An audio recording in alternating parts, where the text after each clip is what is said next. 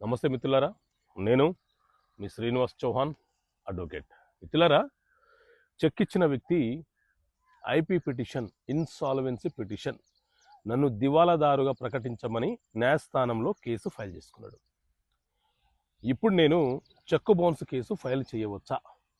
మిత్రులారా, cheque bounce case అనేది negotiable instrument act ప్రకారంగా, అందులోని సెక్షన్ 138 ప్రకారంగా మనము న్యాయస్థానంలో మెజిస్ట్రేట్ కోర్టులో ఫైల్ చేస్తాం. ఐపీ ఇన్సాల్వెన్సీ పిటిషన్ అనేది ఎవరైతే ఎక్కువగా అప్పులైపోయి అప్పులు తీర్చలేని పరిస్థితులలో ఉన్నాడో ఆ వ్యక్తి చట్టబద్ధంగా నన్ను దివాలాదారుడుగా ప్రకటించండి అని చెప్పి ఇన్సాల్వెన్సీ యాక్ట్ ప్రకారంగా కేసు ఫైల్ చేసుకుంటాడు.